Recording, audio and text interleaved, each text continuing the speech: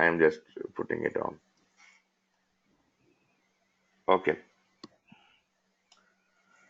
So we talked about some of the introduction about program governance roles. We said there is a collaborative relationship uh, with the program steering committee. We talked about uh, the upward and downwards relationship of this collaboration, and then we were defining the various roles, and the roles were program sponsor, program steering committee, program management office, program manager, project manager, and other stakeholders. And we talked about the sponsor, we talked about the program steering committee and PMO. Now the program manager, the individual within an agency, organization, or corporation who maintains the responsibility for the leadership, conduct, and performance of a program. In my words, I would say the person responsible for day-to-day working of the program is the program manager. But this is a better definition. The individual within an agency, organization, or corporation who maintains responsibility for the leadership, conduct, and performance of a program. In the context of governance, this role interfaces with the program steering committee and the sponsor, and manages the program to ensure delivery of intended benefits. Naturally, that is day-to-day working of the program, that he delivers the intended benefits. He ensures the intended benefits are delivered at the end of the day.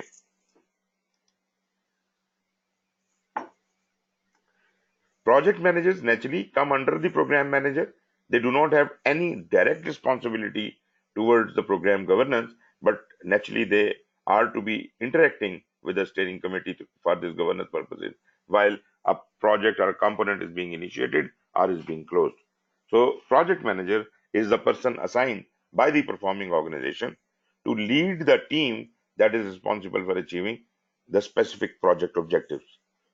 Again, in the context of the governance, this role interfaces with the program manager and the program sponsor and manages the delivery of the project, product, service, or result. It has nothing to do with the benefit delivery. It has to deliver the product, service, or result. Translating it into the benefit is then the responsibility of the program manager. Then we have other stakeholders. That means all the stakeholders of the program. These stakeholders uh, include the manager of the portfolio, maybe, of which the program is a component, and operational managers receiving the capabilities delivered by the program. There could be the operational people who are actually going to be receiving those intended benefits, who will be transitioned those benefits. So all of these people who are somehow affected by this program will be the other stakeholders. So this is just introducing these several roles to you. Now we will take on each role one by one. The responsibilities assigned to each of the following roles are for guidance only. This is not something that this is to apply everywhere in every organization exactly in the way it is specified. You may tailor it accordingly, according to your needs, and naturally we have already said the governance will again change from one organization to other. Carrying out the activities of program governance performance domain will fulfill these responsibilities, and the allocation between roles is often dependent on several design factors, which we will discuss in 6.3, the next heading after the roles. The program sponsor is the individual responsible for committing the application of organizational resources to the program and for program success. Why I am not saying portfolio manager here is because this program sponsor has received a business case, has created a business case, and is now in the process of establishing the basis for the program. Meaning, when the program charter is developed, the program is committed, and a program manager who may have been assigned earlier is now made responsible for day-to-day working of this program. So is committing the application of organizational resources. Now the program manager is allowed to use the organizational resources for fulfillment of this program for the program success. Program sponsor role is frequently filled by an executive member of the program steering committee. Exactly, that is my point. Uh, I said in program steering committee we have three kinds of people: performing organization, customers, customer organizations, and third was the contractor. And it is headed by the performing organization. And if there is no one senior than the program sponsor, then generally speaking, program sponsor will be the head of program steering committee. But naturally, if there is someone else from the organization side, from the executive members who is senior to program sponsor, it is very likely that program sponsor may not be heading the steering committee. But in general terms, program sponsor, if nobody else is specified, program sponsor is the boss of the steering committee. Okay, uh, this is a senior role in directing the organization and its investment decisions. Investment decisions, again, you might confuse it with portfolio management, but remember, this investment decision is about the program and the projects within the program.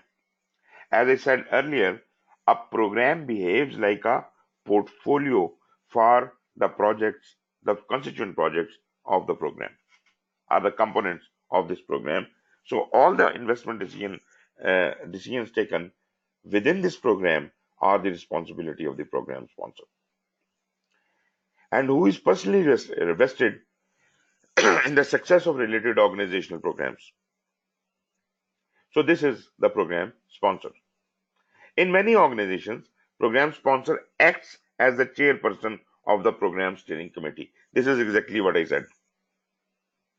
But as I also said, that this might not be the case in some cases where there is another person from the performing organization who would like to head the program steering committee, then program sponsor may not be the head, but usually he is the chairperson for the program steering committee, and he assigns and oversees the progress of the program manager. So ultimately, he is the boss of the program manager. Typical responsibilities of program sponsor. Naturally, he is the person who is the face of the program, and program manager will seek all his guidance, all his funding, all his resources from this one source, one single source. Although we understand that behind this sponsor is the complete steering committee who jointly decides on certain issues, but program sponsor is the face to which program manager talks. So program sponsor secures the funding for the program. It is his responsibility, and ensures program goals and objectives are aligned with the strategic vision. Uh, Even before project manager started working on it, program sponsor was involved in the business case, and therefore he had already ensured this thing: program goals and objectives alignment with the organizational strategy. And he will keep doing that. It is part of his responsibility. He will keep doing that throughout the life of the program. Although he will get it ensured from the program manager whether the program is still aligned or not. But this is the responsibility of the program manager to keep it aligned. Therefore, he will keep doing that. Then he will enable the delivery of benefits. Naturally, if something cannot be handled by the program manager, the natural escalation path comes to the steering committee or the program sponsor, and therefore he enables the delivery of the benefits. Removes barriers and obstacles to program success. That is the biggest job this sponsor has to do. He will facilitate the program manager. All resources must be available when required by the program manager. He will make sure that there are all the issues problems and risks which have been escalated to the steering committee level all have been removed, and there are docile situation with the program manager, and he is comfortable in whatever he is doing. He just facilitates. Program sponsor, as we just said, he is the not only the member of the steering committee, but in some cases he is a chairperson also. As a member or chair of the program steering committee, sponsor is integral to its responsibilities. So sponsorship is his primary duty. It is critical that the organization selects an appropriate program sponsor and then allows him or her to perform the role effectively. So whomsoever is selected by the organization as a sponsor, that person has to be a senior executive and a responsible person. Sufficient time and resources should be provided to enable success, which often requires relief from other management and executive duties. So anyone who has been assigned as a sponsor to a program probably cannot be handling a lot many other responsibilities within the organization, because then he would not be able to do justice with this program. We are not saying that sponsors should be dedicated to the program. He may be the vice president of something, handling some department or whatever, but at the same time, he may have additional responsibility of sponsoring the program. But what if he were doing duties which are more akin to program management? Maybe he is looking after certain responsibilities which are more like program managing the program rather than completely different responsibility. So this is highly preferred that the person who is the sponsor of the program should not have a lot many other responsibilities, and if at all he has other responsibilities, the responsibilities should be similar in nature to whatever he is doing here. And if at all it is possible that we can have a dedicated sponsor, that is classic. It is critical that the organization selects an appropriate program sponsor and then allows him or her to perform the role effectively. So the priority should go to the program work. Although, as I said, program sponsorship is not a full-time job, like the program manager is a full-time job. Program sponsor is not a full-time job. This is very much allowed that program sponsor might have other responsibilities also. There is no problem. But I said it would be preferable if program is so sensitive, if program is so important, maybe we can have a dedicated program sponsor. That's it. Sufficient time and resources should be provided to enable success, which often requires relief from other management and executive duties. This is what we discussed just now. The caliber, experience, and availability of the sponsor impacts the effectiveness of the program, and in some cases is the difference between perceived success and failure. Now, this is a very, very important and heavy point. We just can't put anyone on the seat of program sponsor. The person should have that intellect, that caliber, that understanding and experience. It is just not a democracy that we can have somebody elected from somewhere and uh, he is put as the head of this program as a program sponsor. That should not do the trick. The person should be capable enough of at least understanding what is happening under him and how it should go on. I know we face a lot many problems here, even in my country. Program managers do not know what they are doing. They are completely clueless. I give you an example.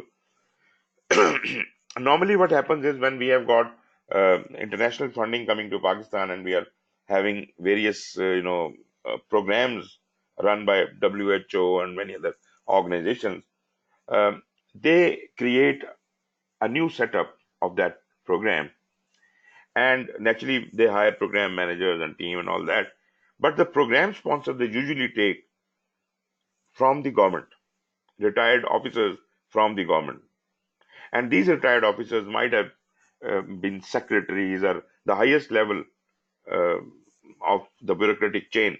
They might have retired there. But interestingly, they have absolutely no understanding of what a program is, how a program is run. As I said, the caliber, experience, and availability of the program sponsor, these factors are not being considered.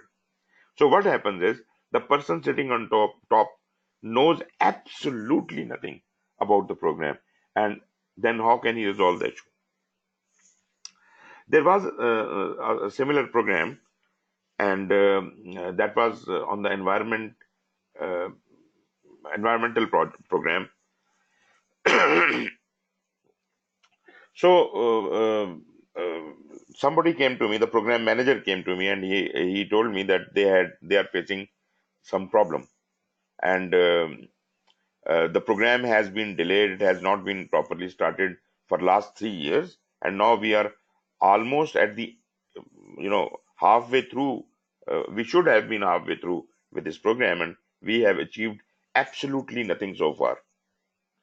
So I asked him to bring his program director, which is the program sponsor.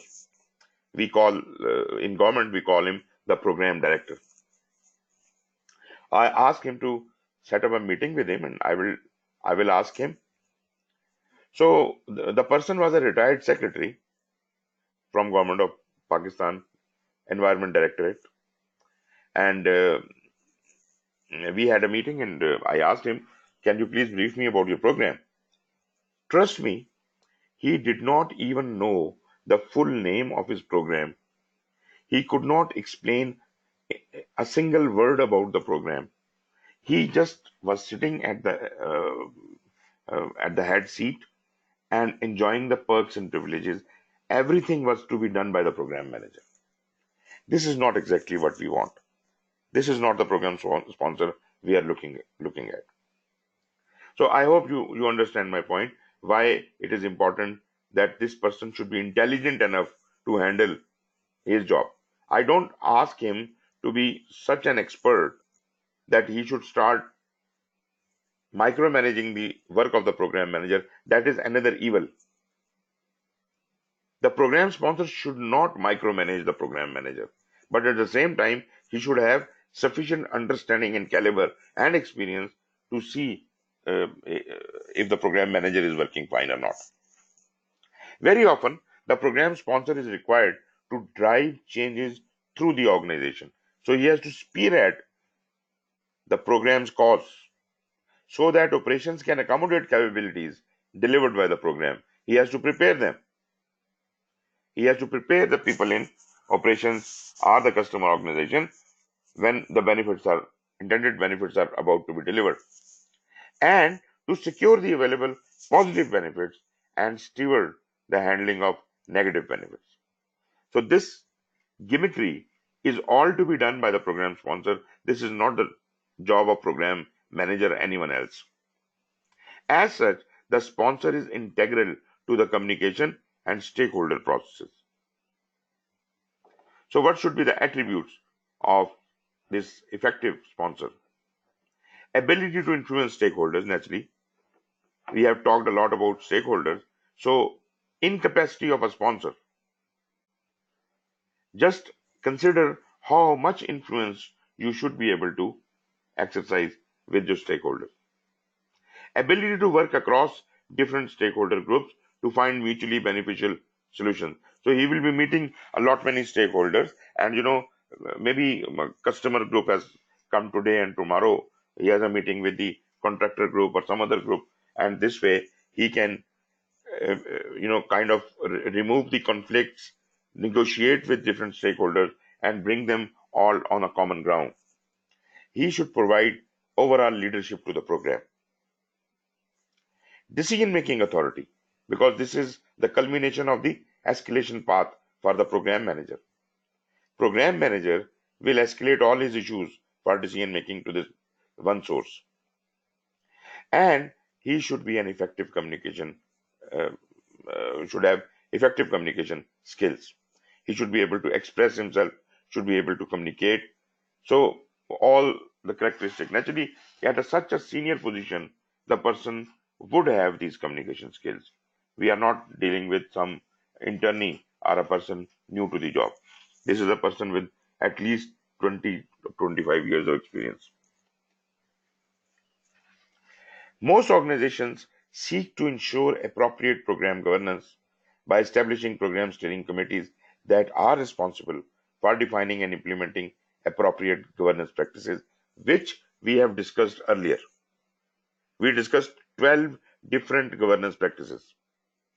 So, steering committee is responsible for defining and implementing those appropriate governance practices.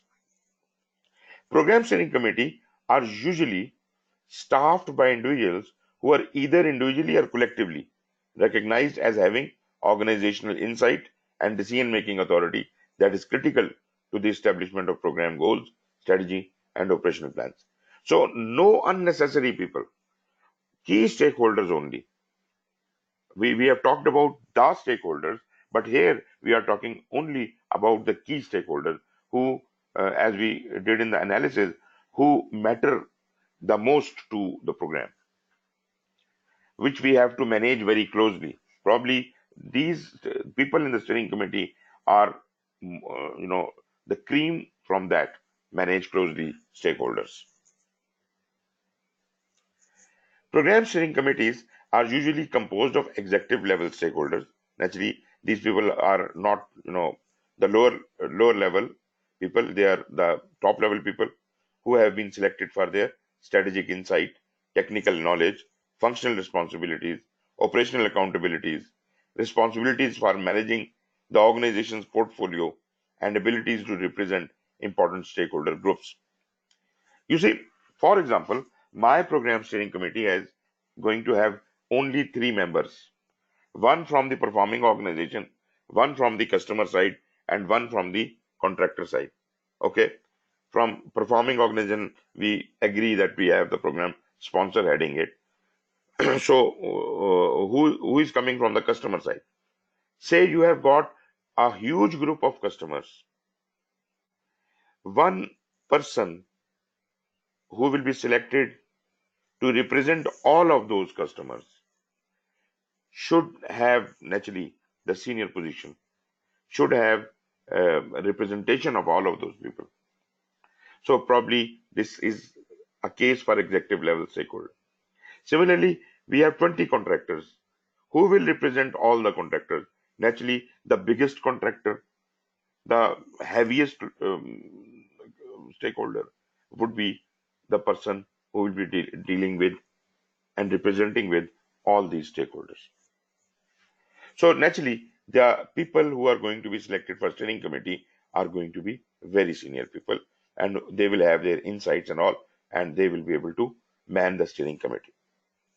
Often programs with steering committees include senior leaders from the functional group, that is from the performing organization side, for supporting significant elements of the program, including, for example, the organizational executives and leaders responsible for supporting the program's components.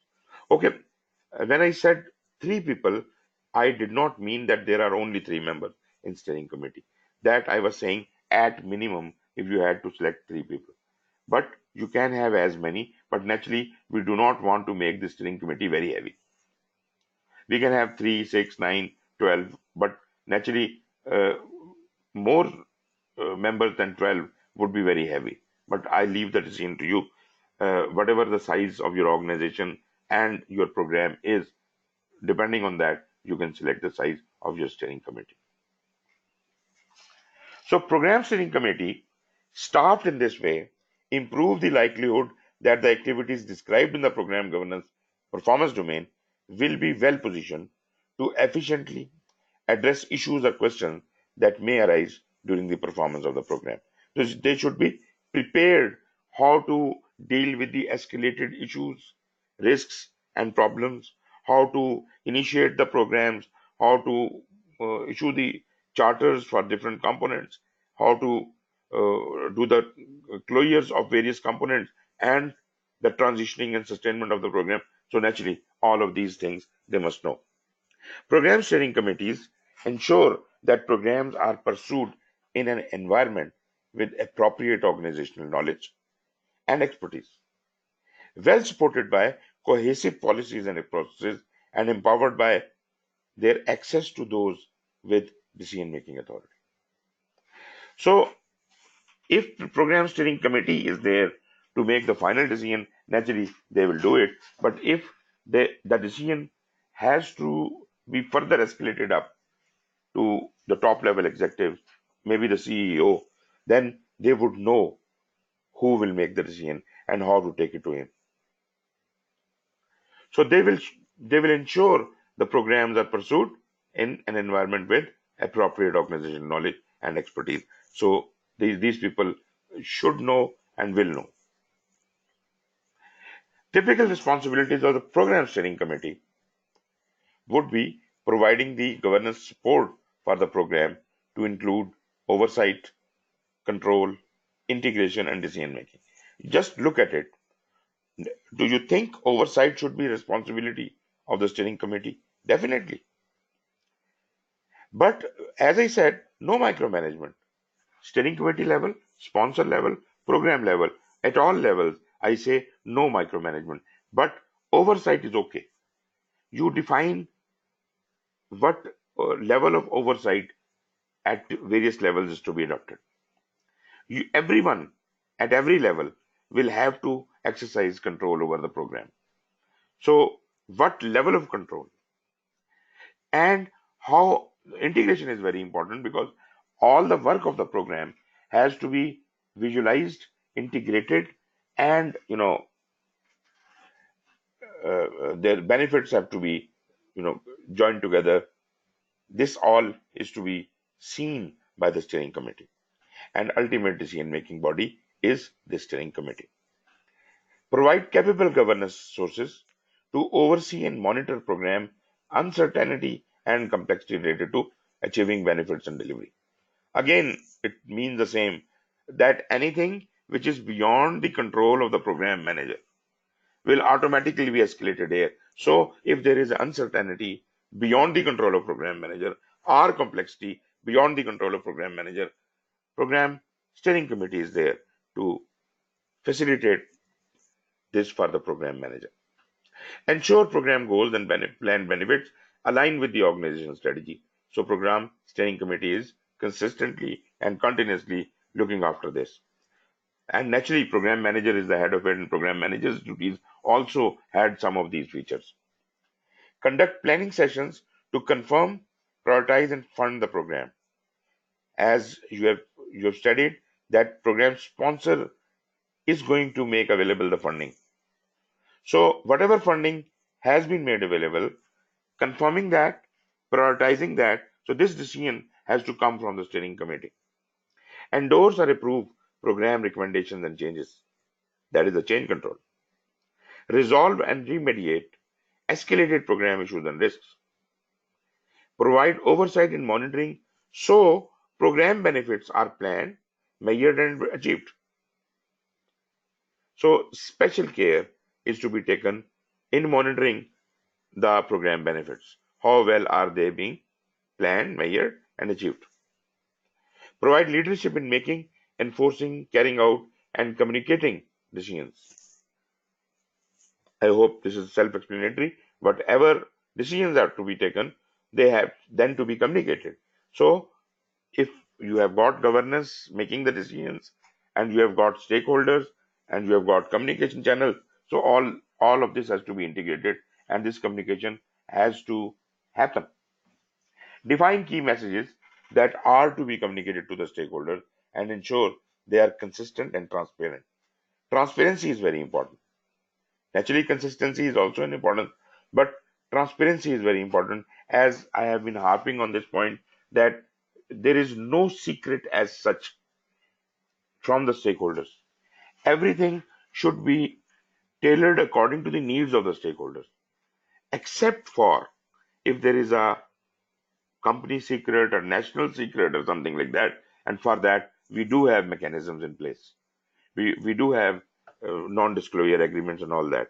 So don't try to hide everything from everyone, which is very common in program management. People are not exposing things to even those who are supposed to know them. Review expected benefits and benefit delivery, and ultimately approve program closure or termination. So these are some of the typical responsibilities, but this list may be more than this. Are some of these responsibilities your steering committee may or may not be performing? That's all right. But we are just giving you some good practices, what should be there in the responsibilities of the steering committee. There should be a single committee. In small organizations, a single senior executive may assume the responsibilities of the program oversight committee or steering committee. Means if the program is small or the organization is small, probably there is no need to have a steering committee at all. Program sponsor will suffice. He alone can handle that. He can coordinate with, if there are very few stakeholders, he will coordinate with all those stakeholders. There is no need to have a steering committee, and he would handle that. That is one possibility. Establishing a single committee that maintains and is accountable for all critical elements of program oversight within an organization is considered to be the most efficient means for providing effective and adaptive governance oversight.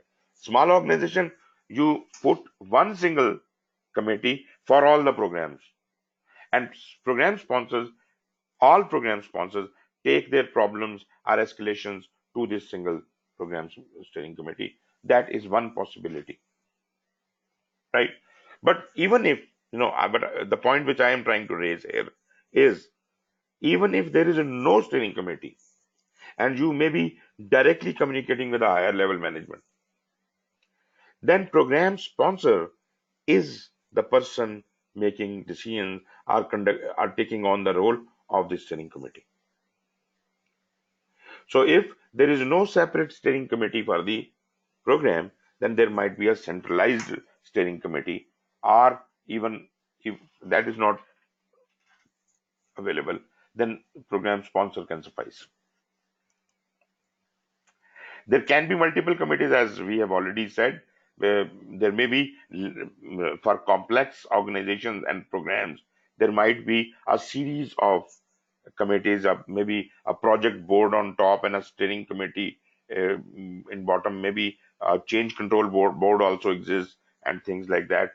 However, under certain circumstances, some programs may need to report to multiple steering committees.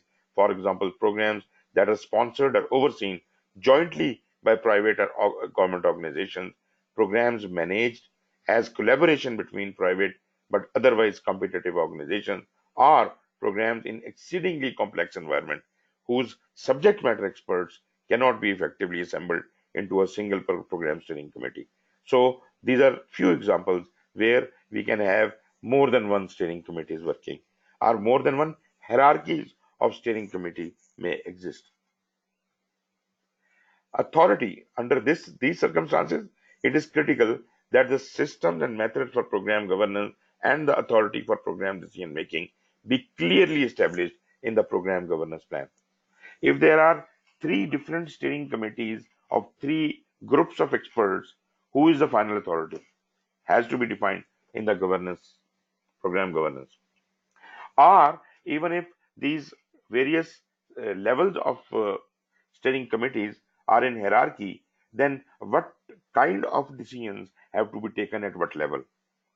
This authority has to be clearly defined. Program Management Office facilitates the governance practices which we have defined already. So this is basically, this is a facilitation job. It is a management structure that standardizes the program related governance processes and facilitates the sharing of resources, methodologies, tools, and techniques. It provides professional expertise like subject matter experts, using staff highly trained in applying program governance practices to provide oversight, support, and decision making capability to the program. The PMO role may extend to monitoring compliance to program management practices. So here we are talking about the Program Management Office. As far as the design and formation is concerned, again, Program Management Office may be playing a key role. The design and formation of a PMO is tailored to its environment. For example, organization pursuing exceptionally large, complicated, or complex program may establish multiple PMOs, each of which may be dedicated solely to the conduct of one or more critical organizational programs. You see, this is very interesting how you can lay out the PMOs. Maybe there is a top level enterprise PMO, and under which we have, maybe organizational or departmental PMOs. Maybe certain PMOs are there holding specific subject matter expertise in various areas. There might be a PMO which is specialized in assisting or facilitating portfolio management. But as far as the program is concerned, all the programs might be grouped together in different PMOs. One example could be like just like a portfolio, there could be a PMO looking after the IT programs. There might be a PMO looking after the construction programs. So different portfolios may be handled by different PMOs. So that kind of hierarchy could be developed. So the design and formation of these PMOs could be different. And this is a very complex topic. It cannot be covered only in program management because this is a huge topic, huge subject. Alternatively, organizations pursuing multiple programs often seek to ensure a high level of consistency and professionalism. That is the point why you need to have less number of PMO, or for that matter, specialized PMOs for various kinds of programs, as if there could be consistency and professionalism in the management and governance of their programs by creating a PMO as a formal center of excellence in program governance practices that services a portfolio of different programs. I was a judge in a global PMO competition, which uh, just has concluded, and in that I had a chance of analyzing various PMOs from world over, and the PMO which I selected the most was actually which was doing this consistency and professionalism. And the higher the level of program, a PMO, higher the level of program, the higher the level of PMO, more it becomes a center of excellence. So I would say at the top level of the organization, the the top PMO, the centralized top PMO, would be the center of excellence, which would be providing guidelines about the governance mechanism for the organization, which would be translated into program governance, portfolio governance, or whatever you might be looking at.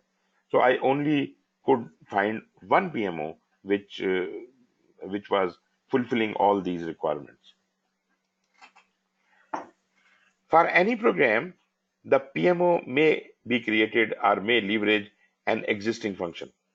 So we need to have specialized knowledge about those kind of programs to be held by the PMO looking after them. Depending on the context of the program, individuals with specific skills such as change and benefit management specialists can be allocated to that PMO. On occasion, the functions of a PMO may be delegated to an individual manager with an exceptional understanding of the program management and governance practices, or directly to the individual program managers responsible for oversight of the organization's programs. So you see, delegation is very interesting subject here as far as the program management office is concerned, because what is program management office?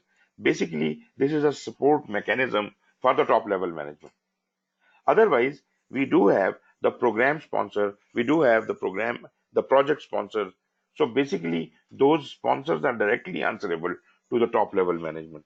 But the top level management needs to know everything about all the change related activities going on in the organization, and PMO can be the only device they have through which they can have the summarized reports coming up to them.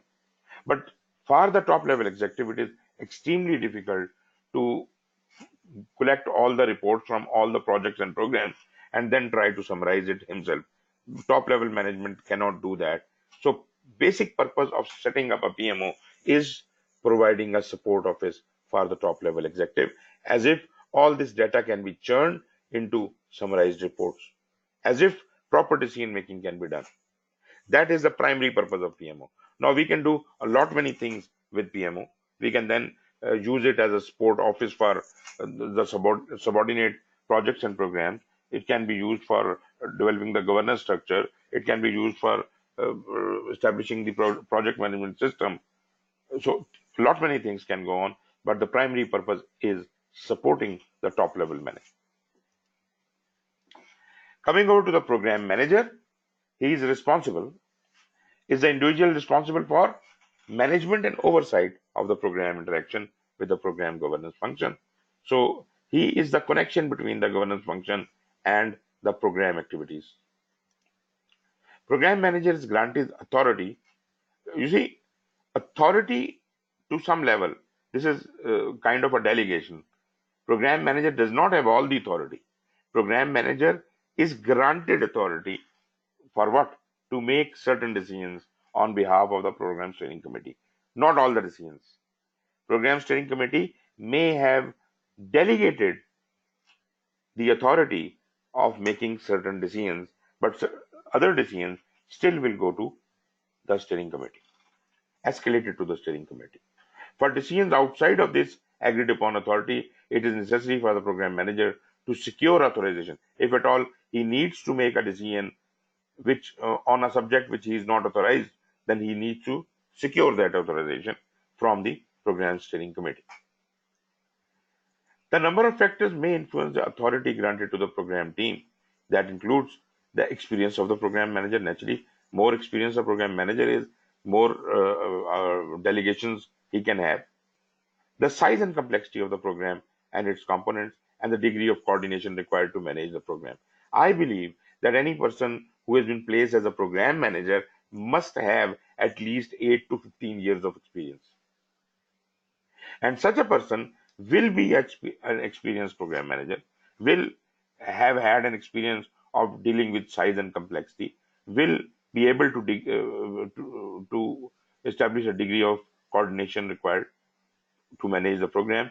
So within the context of the larger organization, this is the need, the experience and the requirement for the program manager to be. The program manager ensures that the program goals and objectives remain aligned with the overall strategic objectives of the organization. Well, the program sponsor was doing the same, well, steering committee was doing the same. Basically, they were doing the same at their level with support from the lower level. So program sponsor is helped by the program manager, because program manager is ensuring the program goals and objectives remain aligned to the organizational strategic objectives. Therefore, program sponsor will be inheriting this information, and ultimately the steering committee. Governance responsibilities as the program manager is concerned, they could include assess the governance framework, including organizational structure, policies, procedures, and in some cases establish the program governance framework. Now, looking at the organizational governance framework, filtering things for keeping them in the program governance.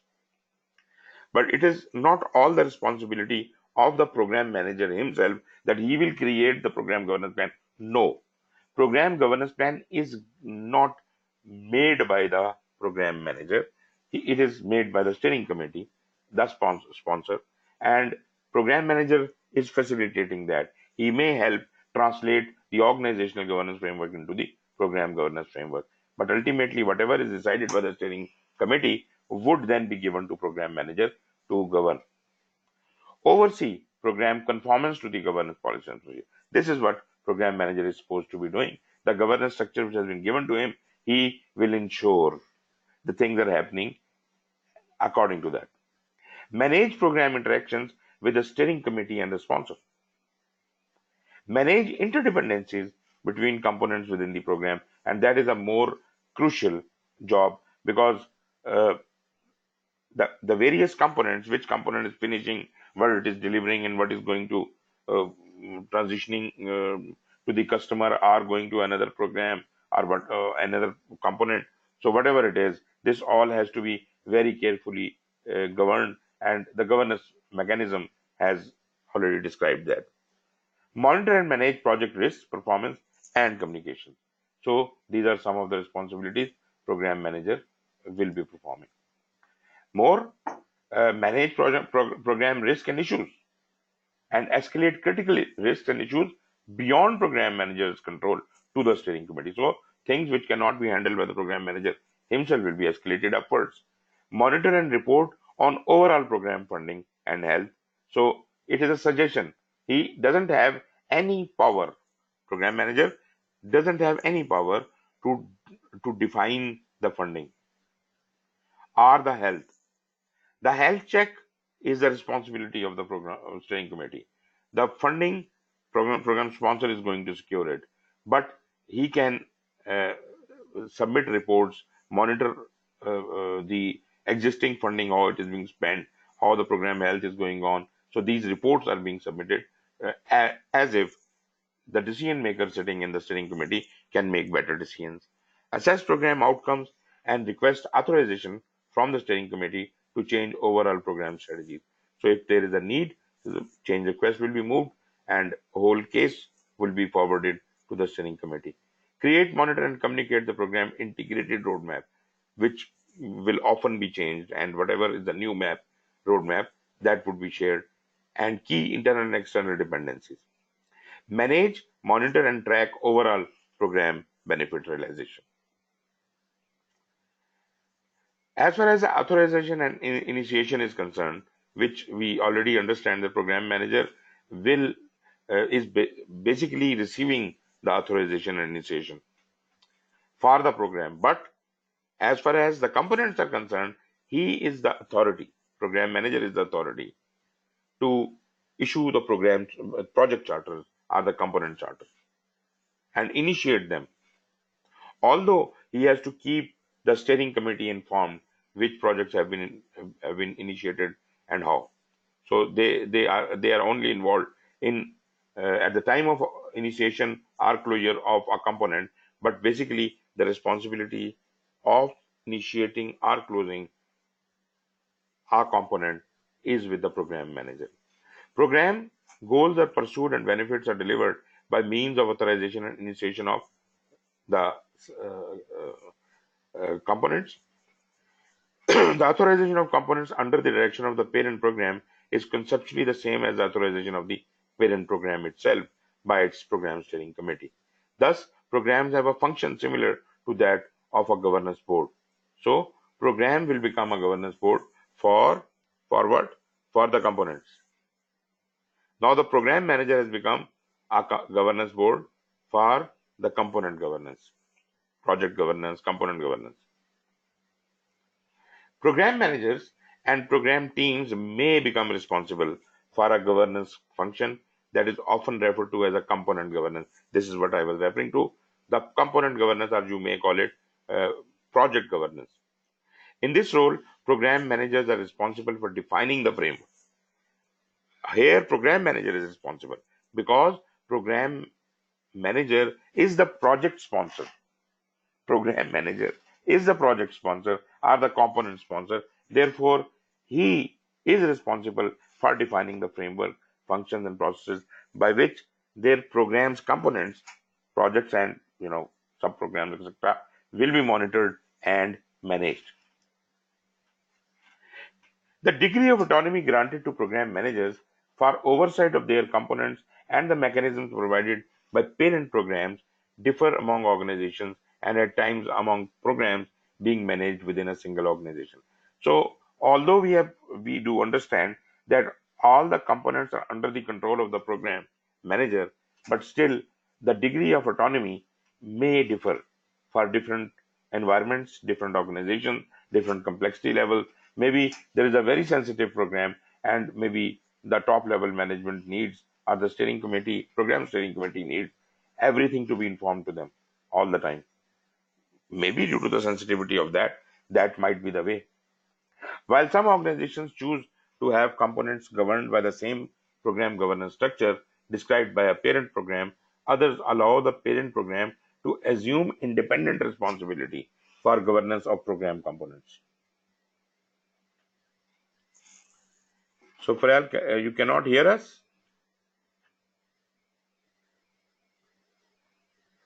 No, I can hear you yet.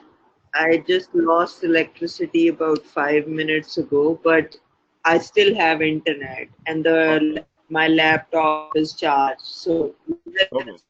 So we can go on for some time. hope we get through this. Just let us know when you're just going dead. Okay. So we were talking about while some organizations choose to have components governed by the same program governance structure described for the parent program, others allow the parent program to assume independent responsibility for governance of program components. So this might be possible. Under such circumstances, the program manager may assume responsibility for establishing a governing framework to manage components. And this is what I was saying, that classically speaking, program manager should create a governance framework for its components.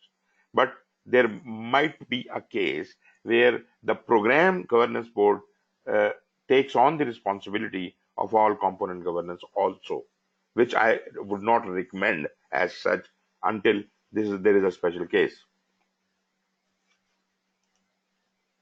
Oversight and management. In the context of a program, the project manager role generally refers to an individual responsible for oversight or management of a project that is being pursued as a component of the program. And that's what we understand. So we are talking now about the project manager. So his responsibilities, this include effective planning, performing and tracking of the program component project. So basically we are talking about the project, the component, not the program. So project manager will be responsible for his project and delivery of the project's output, whatever it is, the product, service or result, as defined in the project charter and in the program management plan, right? So this is what a project manager's responsibility towards governance is.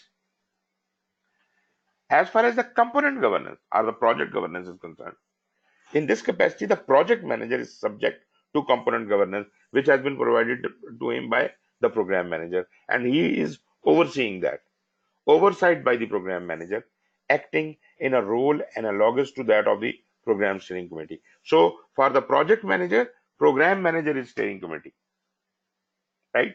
And for program manager, program sponsor or the steering committee, program steering committee is looking after that.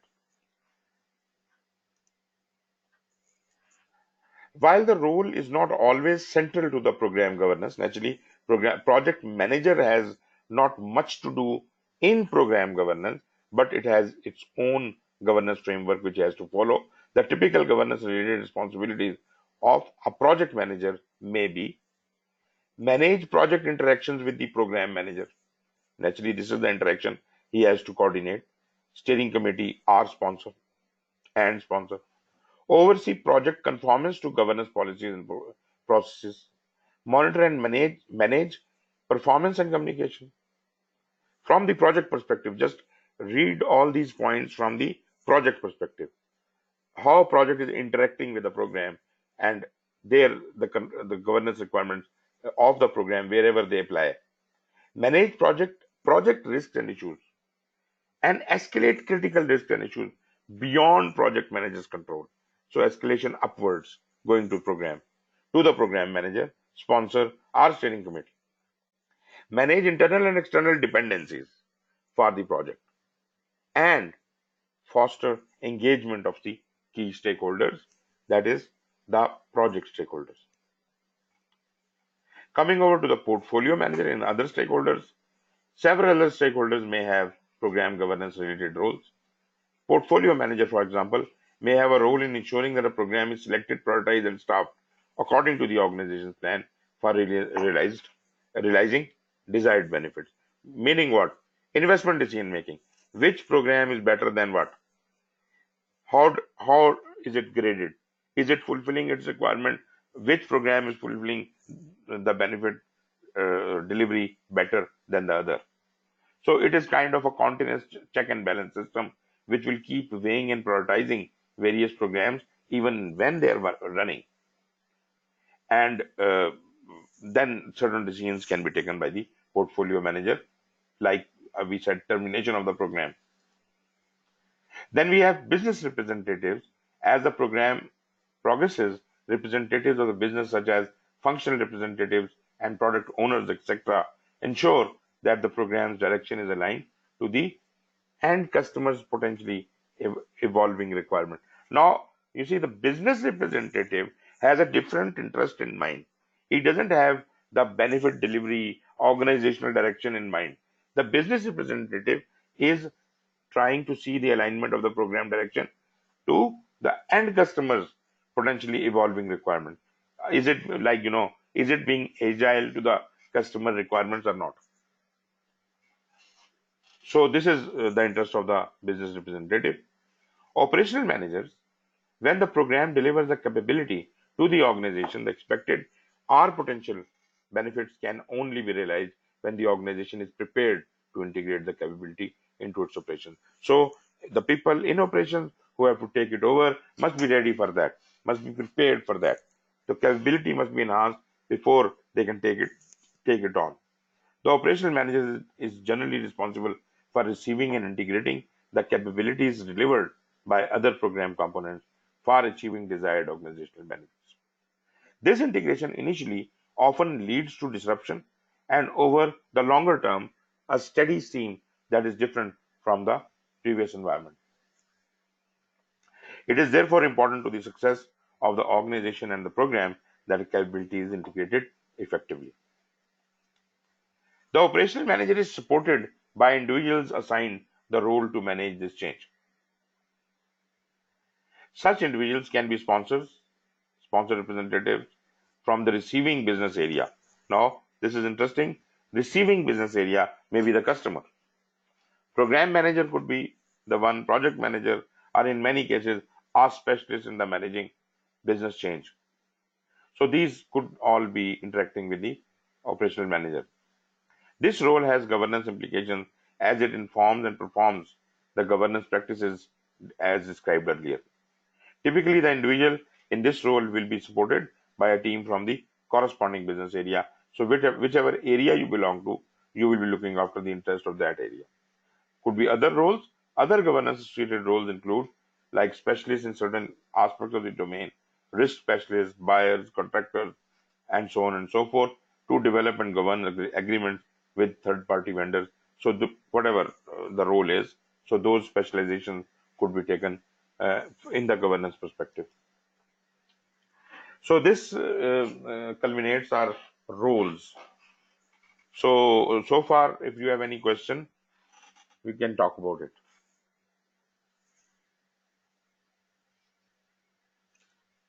We had Not described, yet. okay, Julian,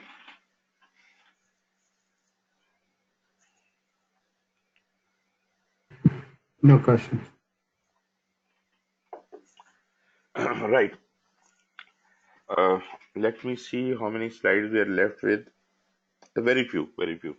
The last part is very, very short and very simple, and I hope we should be able to complete it today. That is about program governance design and implementation. So, the first thing we need to do is identify and define the program governance.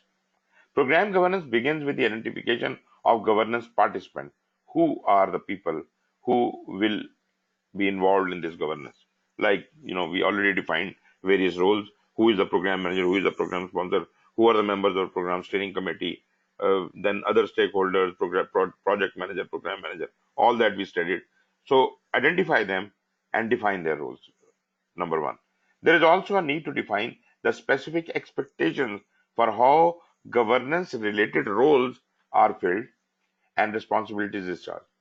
So, whatever, according to the organizational governance, the program governance is supposed to work like this. So these people should be responsible of doing this much job. So all expectations about different roles must be recorded here. Governance practices may differ depending on the sector or industry that the organization is served. Naturally, this is self-explanatory. Organization to organization, governance practices may differ, and there has to be diversity. Governance of programs in such diverse fields as national or local governments, aerospace and defense, banking and finance, all are different. Pharmaceutical development. So they all may have their own requirements, may have remarkably different needs based on the unique political, regulatory, legal, technical, and competitive environment in which they operate. In each case, however, a sponsor organization seeks to implement governance practices that enable the organization to monitor the program support of the organizational strategy. So, we need to have a sponsor organization that seeks to implement governance practices that enable the organization to monitor the program support of the organization strategy, meaning that this governance platform, a framework must be existing for that. Who who is responsible for doing what practices, what governance practices? Then we need to have these practices so designed that they can be used in the optimized manner, meaning without any waste and with the maximum efficiency, and we will be able to involve all the relevant stakeholders fully engaged. Effective governance ensures that strategic alignment is optimized and that the program's targeted benefits are delivered as expected. That is one point, that is for the optimization. Governance participants also confirm that all stakeholders are appropriately engaged. Appropriately engaged is, as we already have studied the stakeholder domain, and we understand how important it is to involve and engage the stakeholders. They must be appropriately engaged. We should not make them angry or anything. We must keep, uh, you know, an appropriate level of engagement with them. Not very close, not very far, but always happy. And that appropriate supportive tools and processes are defined and effectively leveraged. Governance practices provide the foundation for ensuring that decisions are made rationally and with appropriate justification, and that the responsibilities and accountabilities are clearly defined and applied. So, this is what our governance practices will have to be designed in such a way. All the roles and responsibilities, accountabilities, the justifications, they must be properly defined and documented also. And not only documented, then applied also. They should be workable. All of these activities are accomplished within the policies and standards of the host and partner organizations and are measured to attain compliance. So again, I would say, a word comes to my mind. It should be user friendly, meaning the organizations are tailored according to, customized according to the organization, but at the same time, the governance framework is being fulfilled. Uh, just a minute. The question is, can you refresh my memory? Where do I find the session slide? Okay, okay. Let me send you the link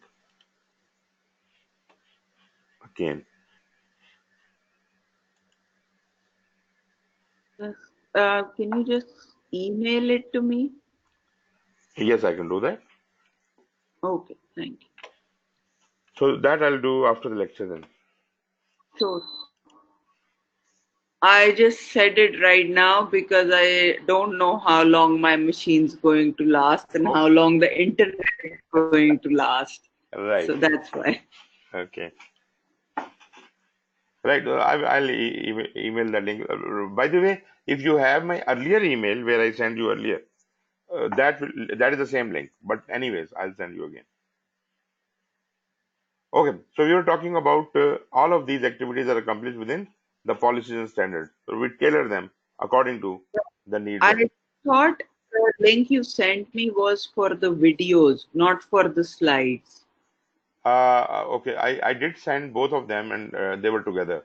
Okay, So you okay, try thank checking there. Otherwise, if you have a problem, I will anyway send you the new email. okay. And they're both at the same place, Same place. slides as well as the videos. No. There are two different links. For presentations, Okay, you go to OneDrive, and for slides, you go to YouTube. okay. So if you could just kindly send me an email with both of them, that should Okay, be fine. I'll do that. Thank you. Okay, next is the design of program governance can have a significant influence on the success of the program. You see, we have already talked about the efficiency of the system. If you create an efficient governance structure which ensures appropriate engagement of all the stakeholders, that is called good design. So this good design will influence the success of the program. And in extreme cases, inappropriate governance may create more problems than its absence, as it can engender a false sense of alignment, progress, and success. So, an inexperienced program manager will create a bad governance structure which will harm you more than benefiting. There are many factors to be considered when designing the program governance rules and frameworks. Common factors to consider when optimizing and tailoring governance include legislative environment, decision making hierarchy. They are important points. What is the legal situation? What is the decision making hierarchy? What decision is to be taken at what level?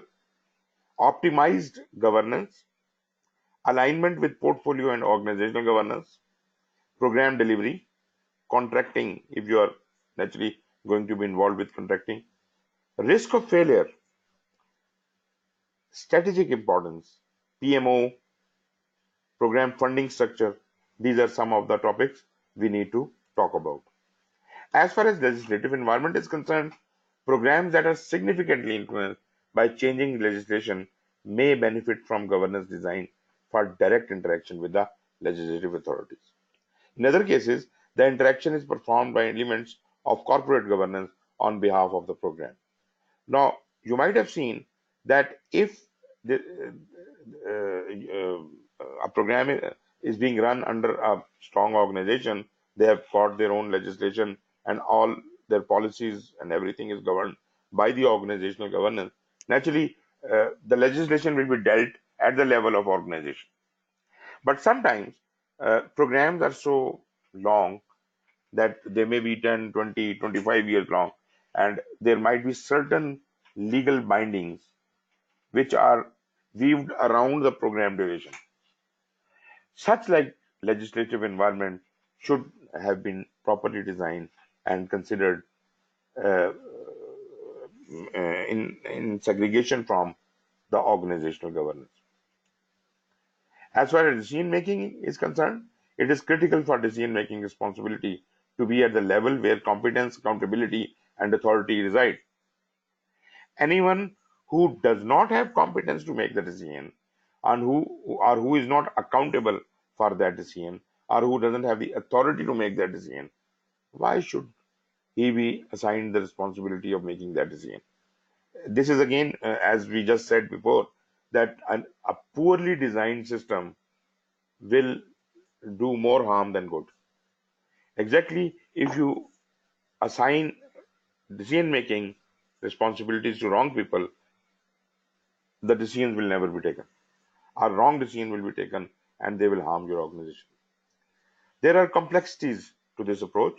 For example, in organizations where employees are not ultimately accountable for their actions, are not made to feel accountable for their actions, there is a greater need for controlling practices.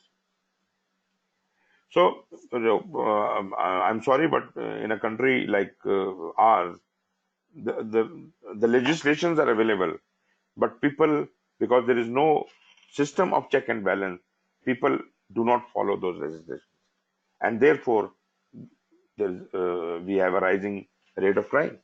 That is exactly what it is. When you have made a good rule, a good legislation, a good principle, but there is no mechanism, nobody is made accountable for that, not being made accountable for that, and there is no punishment for that. So ultimately, there is no fun in having that kind of governance structure. In other circumstances, a highly regarded, successful, and experienced program manager and team may be given greater autonomy and decision-making powers than typically given to the program manager. Yes, we can delegate more power to the program manager, and that means program manager has to be more experienced, more strong.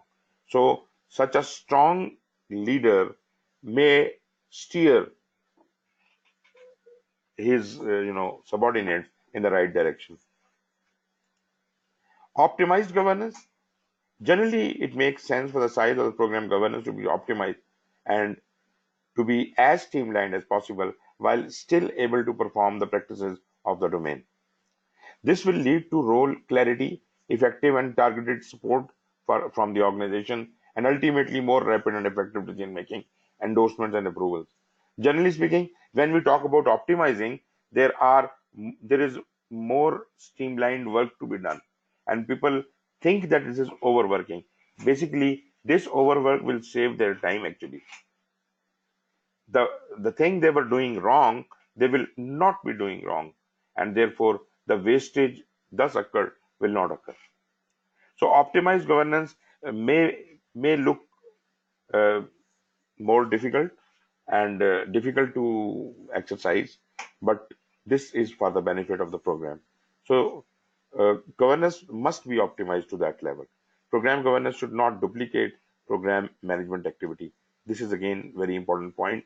Uh, as we keep using the word agile, I would say it should be so clean and clear, so transparent a system that any governance activity should not overlap with the program management activity.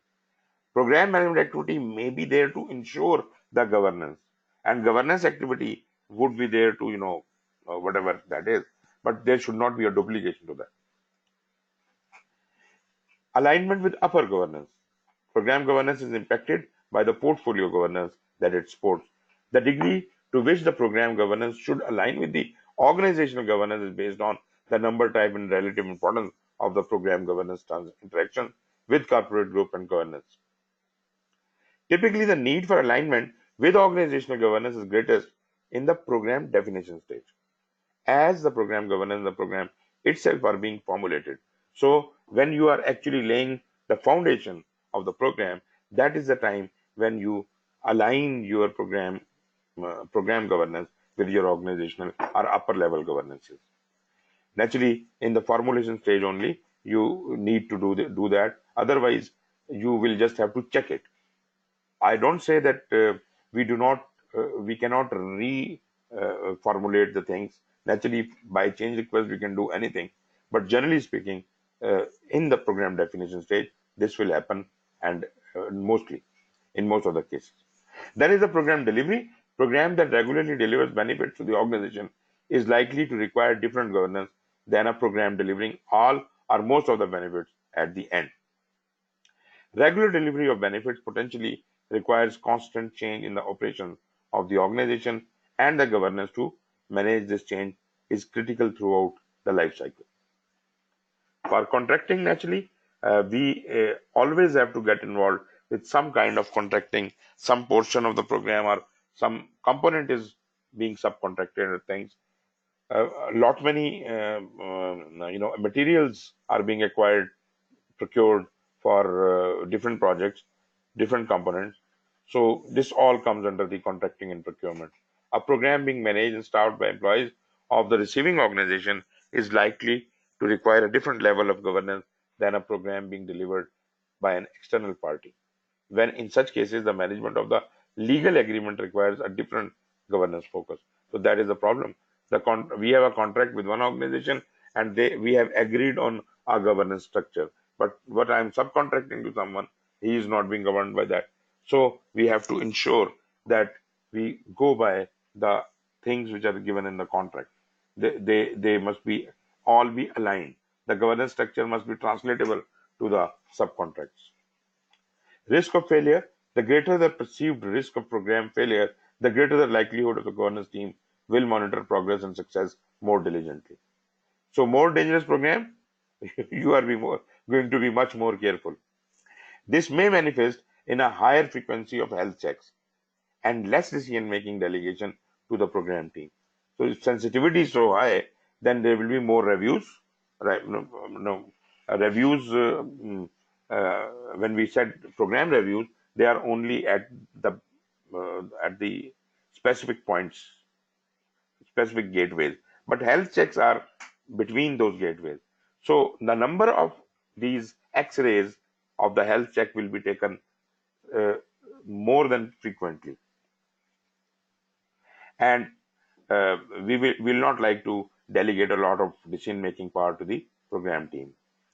Strategic importance: are high level program, high value programs critical to the success of the organization, and delivering benefits that need to be completely aligned with the strategy may require different or more senior participants on the governance team.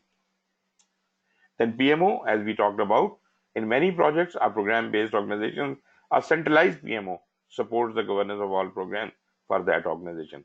In other organizations, PMO may be formed specifically for a given program. This I have talked about earlier.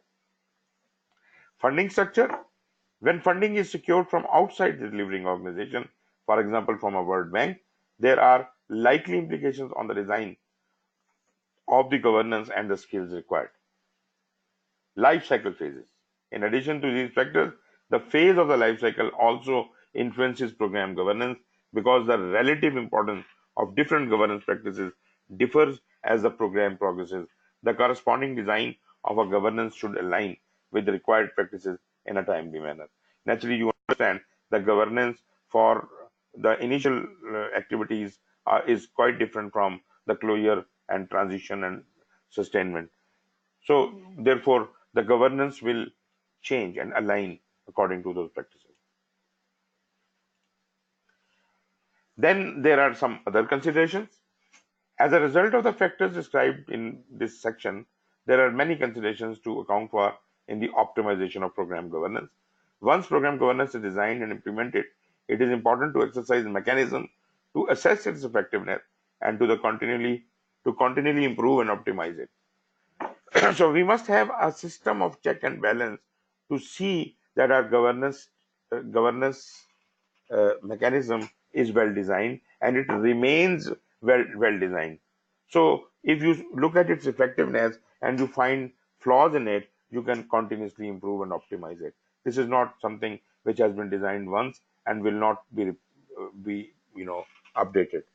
For a broader discussion of program governance with the context of the organization portfolio and program project governance, you must see the practice guide for governance of portfolios, programs, and projects. I would rather recommend that after having thoroughly read through this standard, you may scan through that standard as well to give you a clearer and better picture of governance at portfolio, program, and project level. So that is the last slide. Quick question. What is the significance of the word endorsing? Because you keep on using it. How is it different from approval or saying, yes, you can go ahead with it? Endorsing generally means putting the signature or stamp on it. That is the last step. So generally, the final approval, after the final approval, the person who endorses that decision, who puts the last stamp on it, is called the endorsement. Isn't approval dependent on that signature? Approval means you have signed off on it. Approval is portrayed in shape of endorsement. Approval is verbally we have agreed that we should approve this charter, and now let us sign it. So this signature represents the approval. Yes, you are right in that. This signature represents this approval, but we have endorsed it with our signature we have put it in black and white.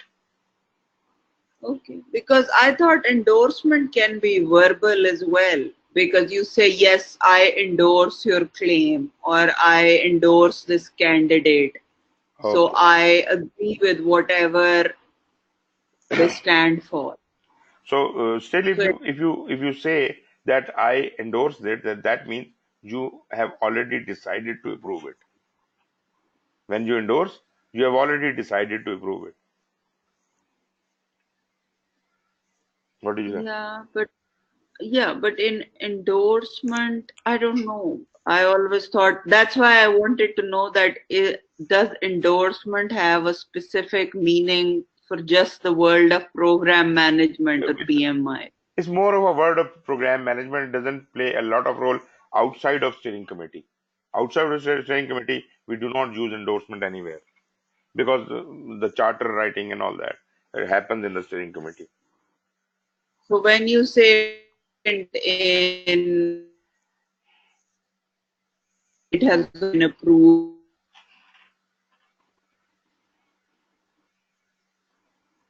I'm missing your voice.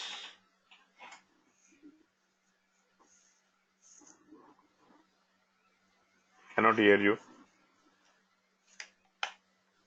It means signed it. Can you write your message because I can't When hear you?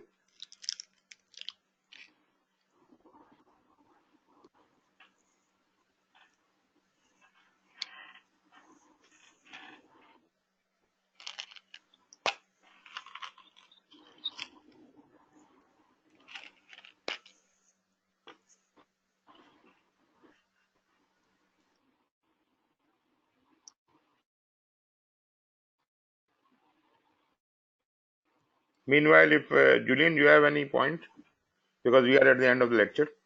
Any last comments?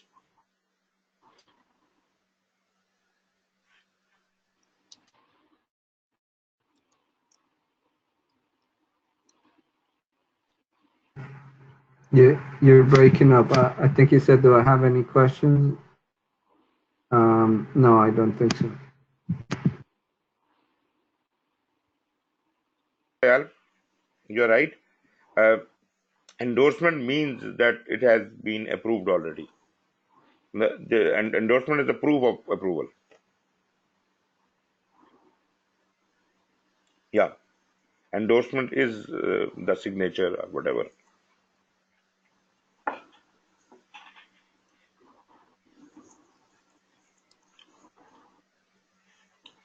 Okay, do we have anything more to talk about? Any questions or any queries?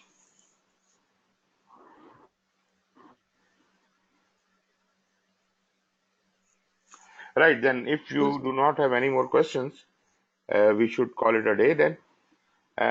We are meeting on next week now.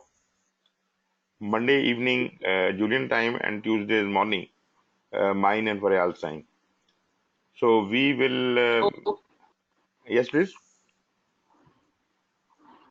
no, just wanted to ask which chapter are we starting with? After this we have we have two chapters left. The one is the life cycle, program life cycle, which is a lengthy chapter, and then we have the program activities, which will dig down on each one of those activities. These are two chapters we are going to do now. Chapter 7, program life cycle. Chapter 8, program activities. Oh, oh, So thanks. we will have the exam practice of governance in the start of next lecture. But let us Oh, try to keep it within 1.5 hours.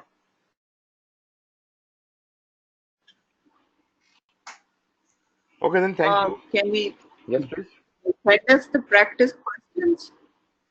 Practice questions, I can only do it here.